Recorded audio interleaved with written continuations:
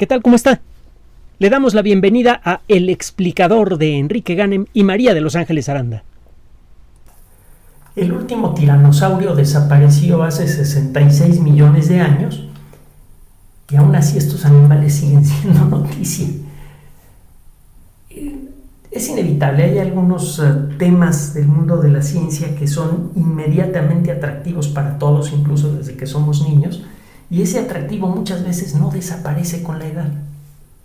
Pasa mucho con la astronomía, que es imponente, espectacular y es inmediatamente accesible para todos. Si goza usted del don de la vista, todo lo que necesita para disfrutar de la astronomía es un cielo nocturno razonablemente despejado. Ahora, con la ayuda del internet, tiene usted la posibilidad de aprender muchas cosas sobre las estrellas, incluso si no goza usted del don de la vista, porque hay herramientas que convierten el texto en audio. Puede aprender sobre la naturaleza de las estrellas, sus distancias, sus nombres, puede averiguar mucho sobre la forma en la que se expande el universo, etc. Y todo desde casa, y todo es fácilmente accesible. Y lo mismo pasa con la meteorología. Hay mucha gente que se dedica a la observación de nubes como afición, y gracias a esas aficiones es que se han descubierto muchos fenómenos muy importantes en el mundo de la meteorología. Algunos de estos descubrimientos acaban de suceder hace apenas un año, una cosa así, se lo narramos en este espacio. Están los observadores de aves, que desde hace siglos hacen descubrimientos muy interesantes relacionados con la biología. Y bueno, hay muchas disciplinas de los que coleccionan minerales, etc. Y hay ciertas disciplinas que son naturalmente atractivas. Entre las disciplinas más atractivas está la paleontología, y en particular la paleontología de dinosaurios. Son animales enormes, algunos de ellos increíblemente grandes, que se paseaban por la tierra primitiva, a veces en grandes manadas. Inmediatamente saturan nuestra imaginación, incluso desde pequeños. Algunos animales, como el Amphiselias, es un nombre informal que viene cambiando con el paso de los años. Quizá el problema es que los únicos restos que hubo del Amphiselias, que consistían en una vértebra y unos pocos huesos más, se deshicieron hace mucho tiempo porque estaban preservados en una roca muy frágil y no se han encontrado más restos. Pero este animal quizá podría haber alcanzado los 70 metros de largo. Hágame usted el favor, imagínese una manada de esos animales. Y bueno,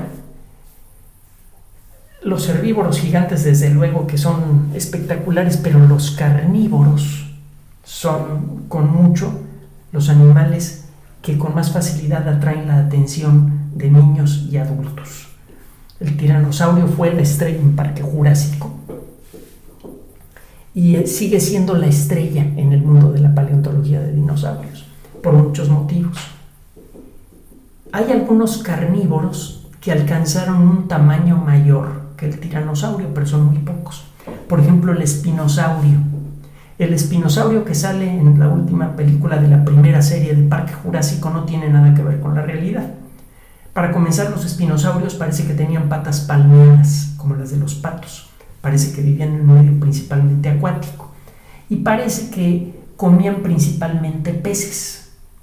No tenían con mucho la fuerza necesaria para entrar en una discusión con un cocodrilo y mucho menos con un tiranosaurio. Es posible decir mucho sobre la vida de un ser extinto gracias a una disciplina, la biomecánica. Existen ciertas reglas que se pueden expresar con matemáticas que describen la naturaleza y los límites de lo que se puede hacer con células, con huesos, con músculos. Una de estas leyes es la ley de Galileo. Ese Galileo, el mismo Galileo de la astronomía. Recuerdo una película, estas malas de ciencia ficción, se lo he comentado en otras ocasiones, que a veces pasaban a las 12 de la noche en los viernes, después de una semana de mucho trabajo, de levantarse temprano para ir a trabajar a un lugar y luego a otro y luego a otro y luego a otro. Al final de la semana estaba uno agotado. Y los viernes por la noche uno quería ver alguna cosa que fuera intrascendente. Y a veces a medianoche pasaban esas películas en blanco y negro de ciencia ficción malísimas que se hicieron en la década de los 50 en los Estados Unidos, en la década de los 60, y en una salía una araña del tamaño de un estadio de fútbol. Galileo nos dice por qué esas arañas son imposibles. Si usted hace crecer al doble el tamaño de un animal, el peso del animal se multiplica por 8, porque sube el volumen con el cubo de las dimensiones. Si usted multiplica por 2 todas las dimensiones de un animal, su volumen se multiplica por el cubo de 2. 2 por 2 por 2, 2 por 2, 4 por 2, 8. El peso del animal crece 8 veces. El peso de un animal crece mucho más rápidamente que sus dimensiones. El peso de una araña que tuviera el tamaño del Estadio Azteca sería tan grande que no podría tener patas suficientemente fuertes para levantarla del suelo.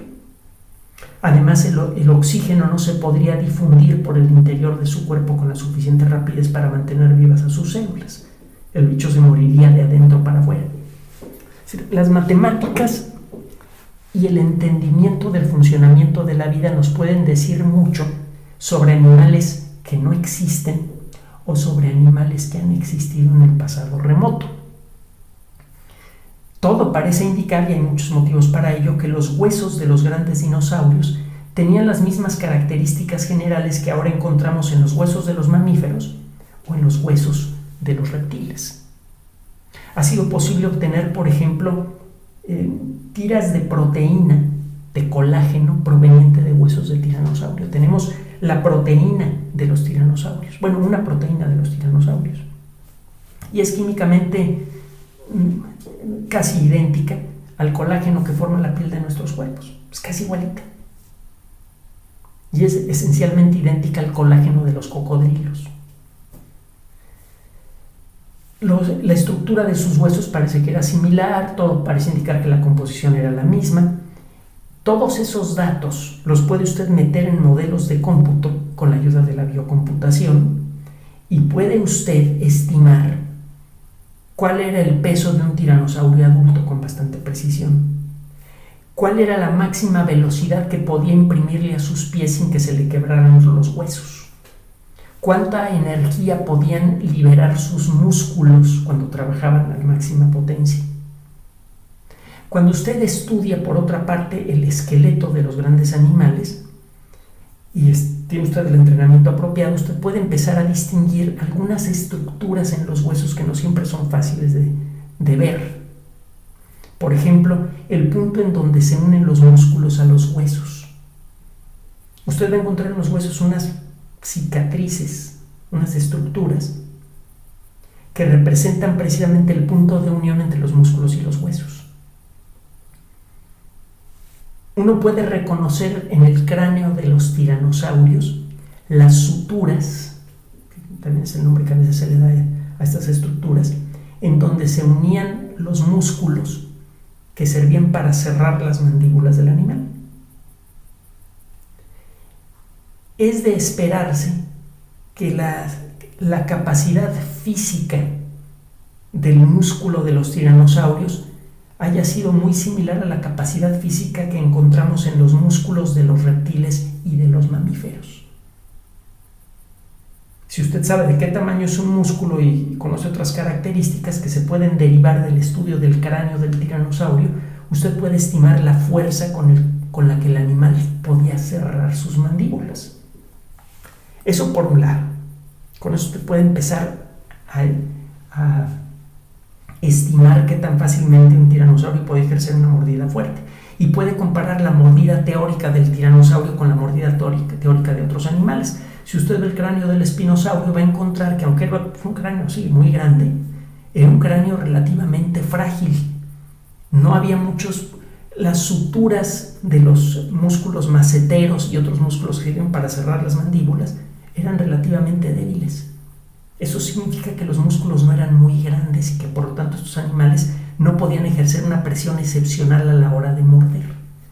Pero usted puede analizar a muchos dinosaurios carnívoros con esta técnica y usted puede ir obteniendo números teóricos de cuál habría sido la fuerza máxima de mordida que podrían haber generado estos animales. El campeón, con mucho por encima de los otros dinosaurios carnívoros, incluso del Giganotosaurus y del Spinosaurio, que se supone que eran más grandes, el campeón de las mordidas era definitivamente el tiranosaurio. Estos datos se pueden complementar con otras observaciones.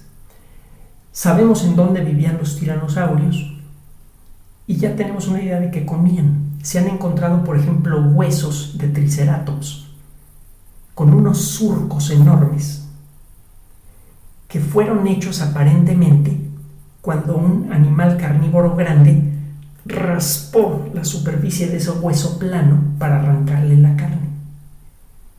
Hay algunos huesos en la cadera, por ejemplo, que son relativamente planos, y en el caso del triceratops esos huesos eran bastante grandes, casi del tamaño de una persona.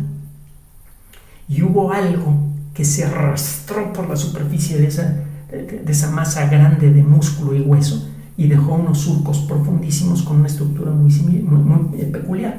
Si usted agarra un diente de tiranosaurio y lo pone en el surco, encuentra que se ajusta perfectamente. Además, encuentra usted dientes de tiranosaurio fósiles cerca de donde se encontraron estos esqueletos de triceratops devorados por algún bicho grande. O sea, hay buenos motivos para creer que el animal que atacó a esos triceratops eran los tiranosaurios. Y un triceratops era un animal del tamaño de un autobús escolar con unos cuernos del tamaño de una cama y un carácter probablemente tan malo o peor que el de muchos rinocerontes, que son especialmente berrinchudos y violentos. Cuando los rinocerontes se molestan, de pronto les entra la locura y pueden dirigir su furia contra algo, contra alguien, no cesan de atacar. Atacan con toda su fuerza. Son animales muy violentos. Imaginar un animal del doble o el triple de tamaño y con un peso muy superior y con ese carácter, híjole, es algo verdaderamente impresionante. Y el imaginar a un animal que pudiera someter a un triceratops y comérselo es todavía más impresionante. Bueno, hay varios estudios que se han realizado sobre fósiles para tratar de determinar qué comía un tiranosaurio. Y se ha encontrado efectivamente huesos de herbívoros grandes, de hadrosaurios, animales que pertenecen al grupo de los dinosaurios pico de pato. Es un grupo muy variado, tienen muchísimas especies diferentes. Las primeras en ser identificadas efectivamente tenían una estructura en el hocico que vagamente se parece al pico de un pato, el edmontosaurio, por ejemplo. Búsquelo en el internet. O el Hadrosaurus, búsquelo en el internet con H al principio, Hadrosaurus. Bueno, se han encontrado estos huesos con mordidas de tiranosaurio y claramente estos animales podían someter a estos bichos de 6 y 7 metros de largo y de varias toneladas de peso con relativa facilidad. Se han hecho estudios teóricos sobre cuál es la potencia que podían ejercer, la fuerza que podían ejercer los tiranosaurios al morder. Hay una unidad que nos enseñan en la escuela para medir la fuerza, el concepto de fuerza. Los tiranosaurios adultos parece que podían ejercer una mordida de 35,000 newtons. Nada más para que se guste un quemoncito, un humano adulto fuerte puede producir una mordida de 300 newtons contra 35,000. Una mordida de 35,000 newtons podría aplastar a un automóvil con facilidad. Y sí podría cortar de una sola dentellada y sin problemas a una persona en dos, como pasa en una de las películas del Parque Jurásico. No está exagerado eso. Sí tenían la capacidad de morder con mucha fuerza a esos animales. Pero bueno, ¿qué pasaba con los animales más jóvenes? porque obviamente los tiranosaurios dependían en buena medida de su capacidad para morder para poder sobrevivir. Esta capacidad se desarrolló por evolución. Los animales que podían morder con más fuerza eran animales que podían comer mejor y sobrevivir más. Eso se entiende para un animal adulto, pero ¿cómo llegaban a ser adultos estos animales? Se llegó a creer que los tiranosaurios jóvenes podían producir una fuerza menor de la necesaria para poder cazar. Bueno, se hizo un estudio basándose más bien, ojalá yo hubiera participado en este estudio, me encantan los fósiles, ya lo sabe usted, y Ángeles ni le digo, pero el caso es que estos investigadores se pusieron a estudiar las huellas dejadas en huesos que fueron claramente atacados por tiranosaurios y en donde el tamaño de los surcos de mordida sugerían que habían sido realizados por un animal joven. No un infante, sino un animal que probablemente ya era un adulto, pero un adulto joven que no había alcanzado el tamaño de un tiranosaurio adulto. Los tiranosaurios adultos tenían quizá 30 o 40 años de edad y estos animales de los que estamos hablando tenían aproximadamente la mitad. Lo primero que se hizo fue identificar huesos fósiles en donde existieran estos surcos. Obviamente había que buscar en las zonas geológicas en donde se han encontrado fósiles de tiranosaurio. Hay una formación rocosa que se llama Hell Creek. Otro día le platico que es este rollo de las formaciones geológicas. Y la cosa es que esta formación geológica es rica en huesos de tiranosaurio y se lograron identificar surcos de mordidas de tiranosaurio que fueron producidas por animales juveniles. De hecho, lo que inició toda esta investigación fueron dos fósiles. El primero fue un fragmento de un cráneo de tiranosaurio joven, de un tiranosaurio juvenil. Ya era lo que se llama un subadulto. En el ser humano sería equivalente a tener una edad de 18 o 19 años, 20 años. Ya tiene uno todas las características físicas de un adulto, pero todavía está por desarrollar algunas características más. Un subadulto todavía sigue creciendo, por ejemplo. Bueno, el caso es que este animal, este subadulto, tenía unas marcas de mordida en la cara. Incluso un tiranosaurio joven era un animal que seguramente producía respeto, 7, 8 metros de largo, con un carácter seguramente de la patada y unos dientotes de este tamaño. ¿Quién se pondría las mordidas con un tiranosaurio? Pues otro tiranosaurio. En aquella época, hasta donde podemos decirlo con base en los fósiles que se han encontrado en Hell Creek desde hace más de un siglo, el único carnívoro realmente grande que existía en la zona y en esa época era precisamente el tiranosaurio. Así que, además, le digo, ¿qué otro animal más se le pondría las mordidas con un tiranosaurio? Era claro que las mordidas de ese animal tenían que haber sido producidas por un miembro de la misma especie. Por otro lado, y me faltó comentarle algo más, el patrón de los dientes.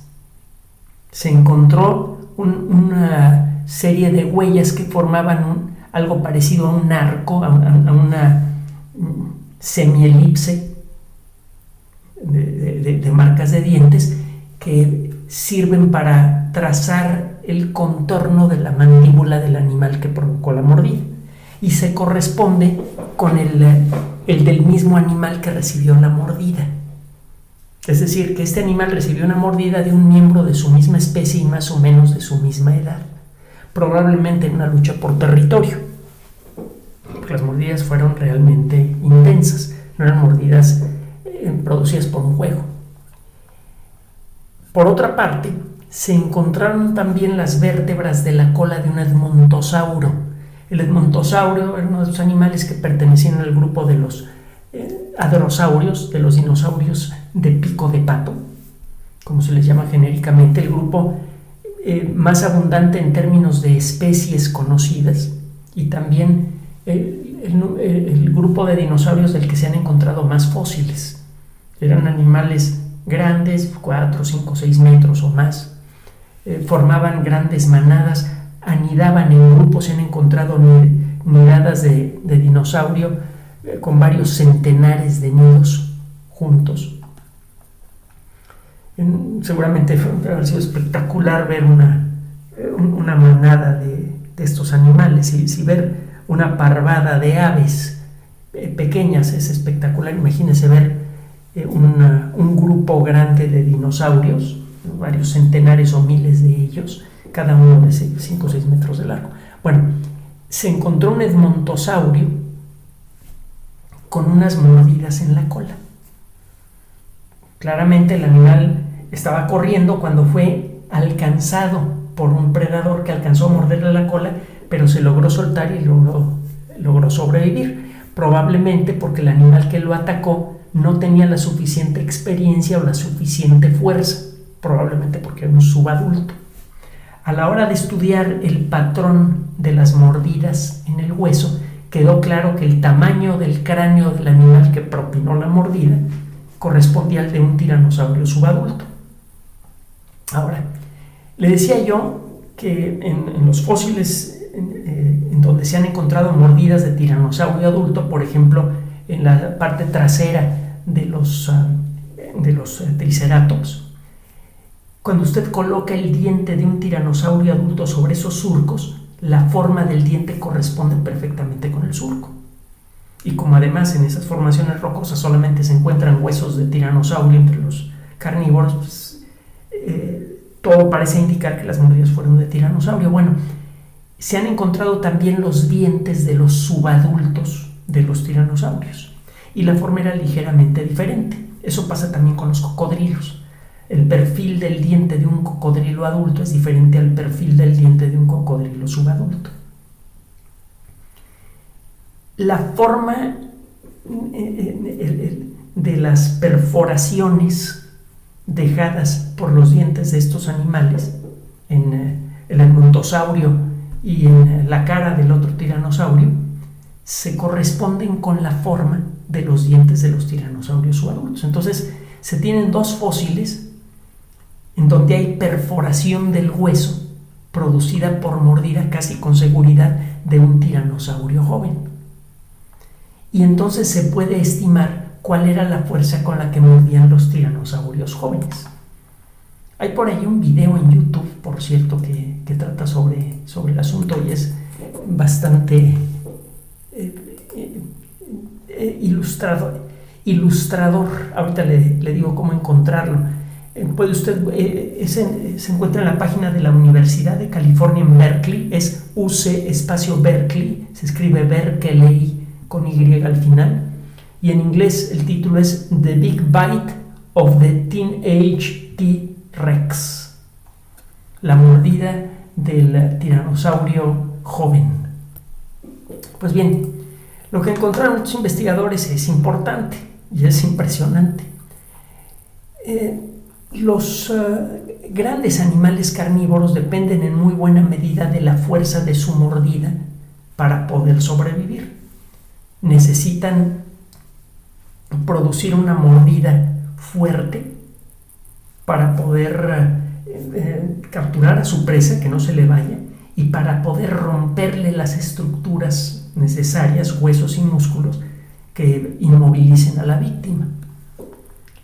Y bueno, se hicieron 17 pruebas diferentes reproduciendo con huesos de vaca y de otros animales grandes las circunstancias en las cuales ocurrieron las mordidas. Los dientes de tiranosaurio fueron simulados con piezas de metal con el perfil correcto,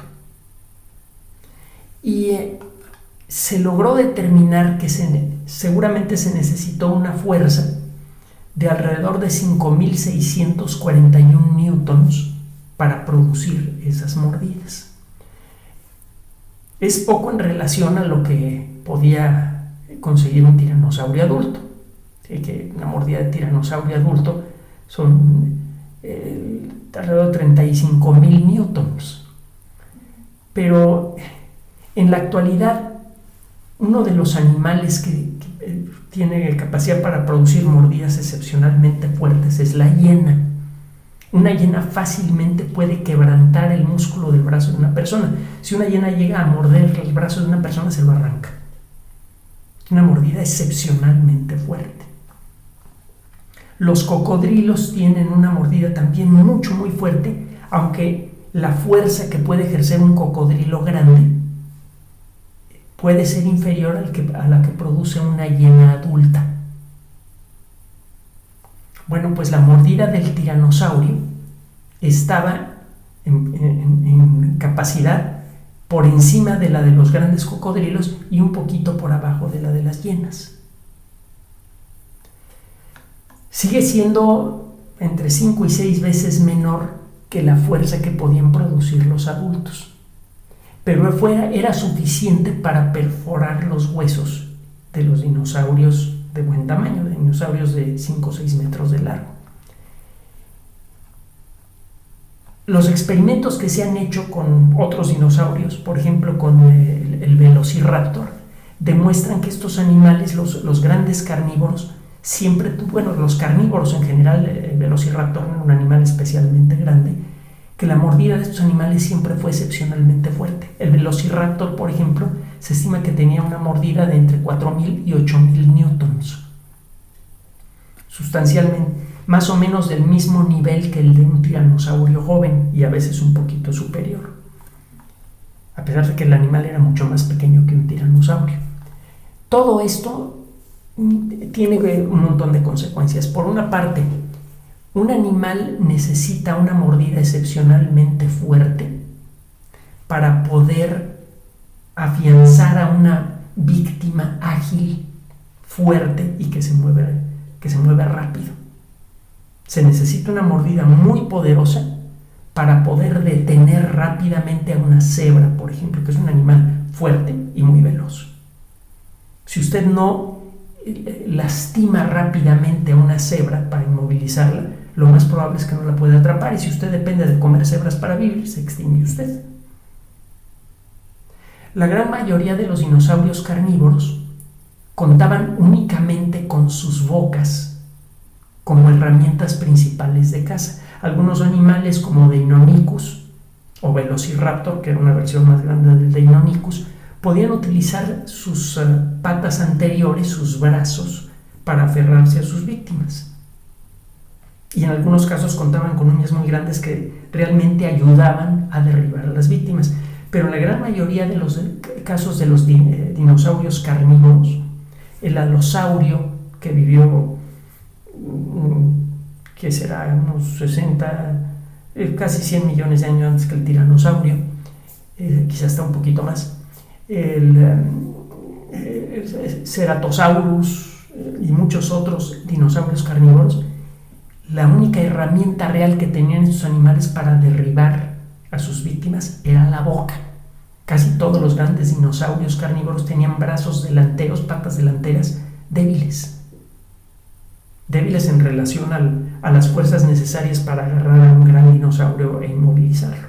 Entonces, es claro que estos animales necesitaban estas mordidas fuertes porque nada más tenían la boca para morder y no tenían antebrazos, y también porque los animales que cazaban eran muy fuertes y ágiles. Se ha discutido mucho si los dinosaurios eran animales lentos y torpes o animales despiertos y ágiles. De la respuesta a esta cuestión dependen muchas cosas. Uno, la realidad de películas como Parque Jurásico, que muestran a los dinosaurios como animales ágiles, inteligentes, que probablemente habrían podido seguir aún existiendo aún ahora, y quizás hasta se habrían vuelto inteligentes de no haber sido aniquilados por una catástrofe hace 66 millones de años. Es algo que bien podría ser real. Y por otro lado, nuestro entendimiento a nivel matemático de cómo funcionan los ecosistemas depende en muy buena medida de poder modelar con matemáticas el comportamiento de los predadores. Los predadores juegan un papel muy importante en las cadenas ecológicas.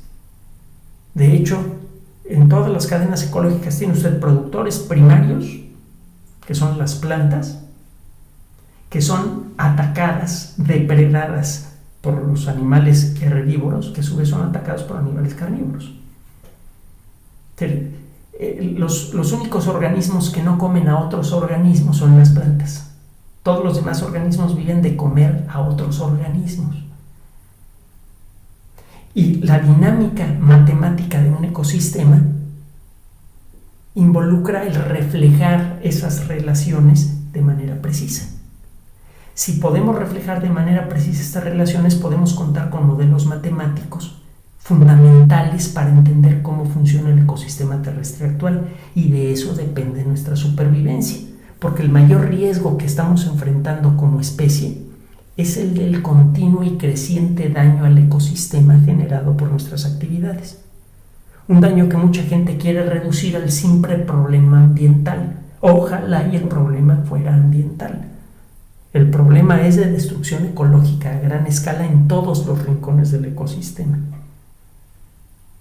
Y el problema en buena medida tiene que ver con el exceso de población. Si queremos empezar a reconocer, si queremos esquivar este gran peligro que se cierne sobre nosotros en este siglo, necesitamos modelar bien cómo funcionan los ecosistemas para luego empezar a aplicar medidas que de manera matemática sean demostrablemente útiles para resolver el problema. Si no, vamos a perder esfuerzos en comprar carros eléctricos y fotoceldas y no vamos a resolver el verdadero problema ambiental generado por el exceso de población humana, y podríamos extinguirnos como especie organizada antes del final del siglo XXI. Necesitamos modelos matemáticos precisos del funcionamiento de los ecosistemas para poder identificar las verdaderas causas del problema ambiental que estamos generando y poder ponerle remedios prácticos. Y la mejor manera de hacerlo una de las mejores maneras consiste en observar la dinámica matemática de los ecosistemas del pasado para tener mejores modelos para el presente. Y eso se consigue midiendo con números la forma en la que vivían los grandes carnívoros del pasado. Gracias a que podemos ponerle números a la mordida del tiranosaurio y a la de muchos otros animales extintos, estamos en mejores condiciones para entender cómo funcionan los ecosistemas en general. Gracias a la paleontología podríamos encontrar algunas claves que puedan asegurar nuestro futuro. Gracias por su atención. Además de nuestro sitio electrónico www.alexplicador.net, por sugerencia suya tenemos abierto un espacio en Patreon, El Explicador Enrique Ganem, y en PayPal, elexplicadorpatrocinio@gmail.com, por los que gracias a su apoyo sostenemos este espacio.